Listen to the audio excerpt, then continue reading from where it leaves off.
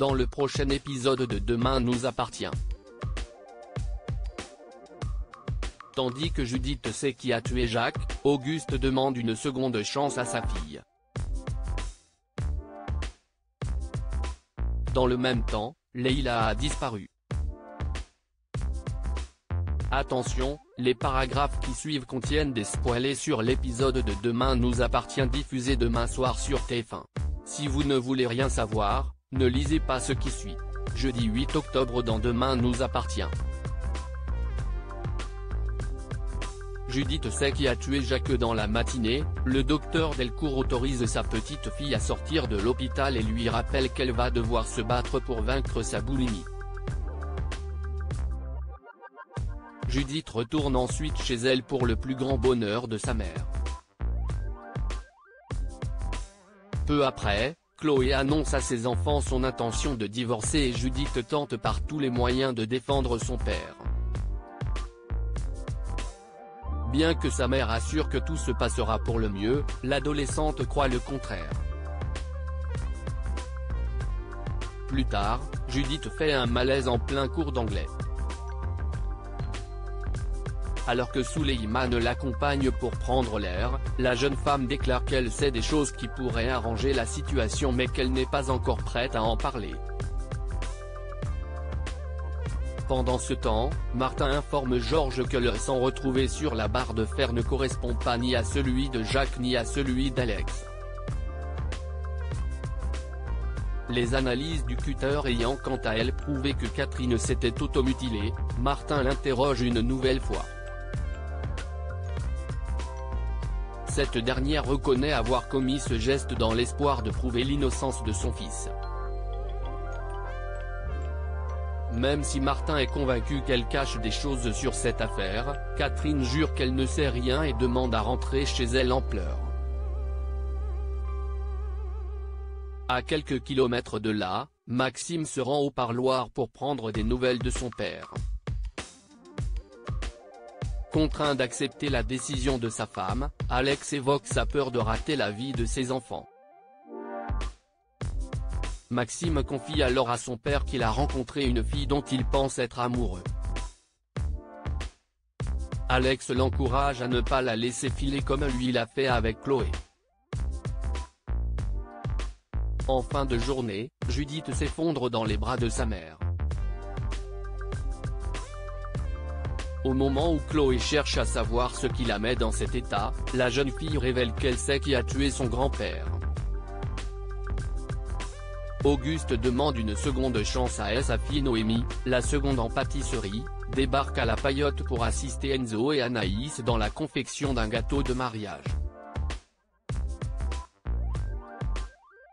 Tandis que Tristan a peur que ce nouveau projet nuise au travail de ses stagiaires, Noémie garantit qu'ils s'organiseront en dehors des heures de service. Auguste prévient ensuite ses élèves que ce travail sera noté dans leur dossier de seconde année avant de leur signaler qu'ils engagent l'image de l'institut. Par la suite, Anaïs et Enzo montrent à Noémie leurs idées pour le gâteau. Malheureusement, celle-ci juge qu'elles n'ont rien d'un dessert signature et insiste pour qu'ils trouvent autre chose. Stressée, Noémie s'isole en cuisine et prend des cachets. Après avoir certifié qu'ils dégoteront une recette qui éblouira Monsieur Tissier, Enzo embrasse Noémie. Ne supportant plus la situation, la jeune femme veut savoir s'il prévoit de parler à Anaïs. Même si ce n'est pas le bon moment compte tenu de la pression qu'ils ont sur les épaules, Enzo promet toutefois de régler cette histoire dès que ça ira mieux. En parallèle, Rose contacte son père afin qu'ils puissent se voir. Quand le chef cuisinier répond qu'il doit regarder dans son agenda, Rose le prend mal et lui reproche de ne pas avoir changé. Afin de lui prouver le contraire, Auguste propose de la voir dans la journée, ce que Rose accepte.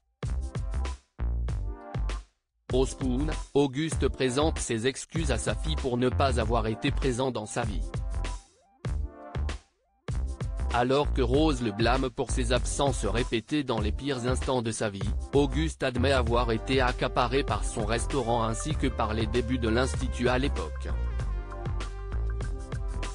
Lorsque Rose s'apprête à partir, Auguste la retient et explique qu'il désire rattraper le temps perdu.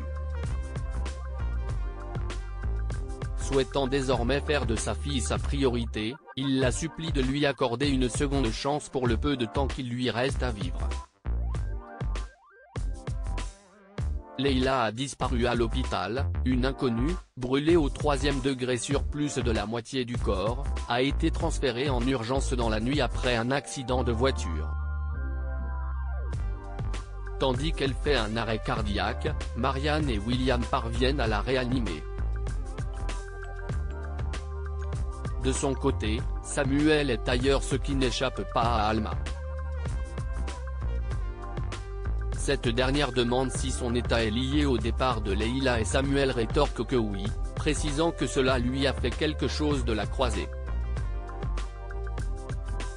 Face à sa détresse, la professeure d'anglais lui conseille de tourner la page et d'écrire peut-être ensemble un nouveau chapitre. Pour leur part, Nour et Soraya sont sans nouvelles de leur mère depuis la veille. Bilal a beau essayer de les rassurer, les deux jeunes femmes sont inquiètes et filent au commissariat pour signaler sa disparition. Sur place, Sarah leur fait remplir une main courante car à ce stade, la police ne peut pas considérer cela comme une disparition inquiétante.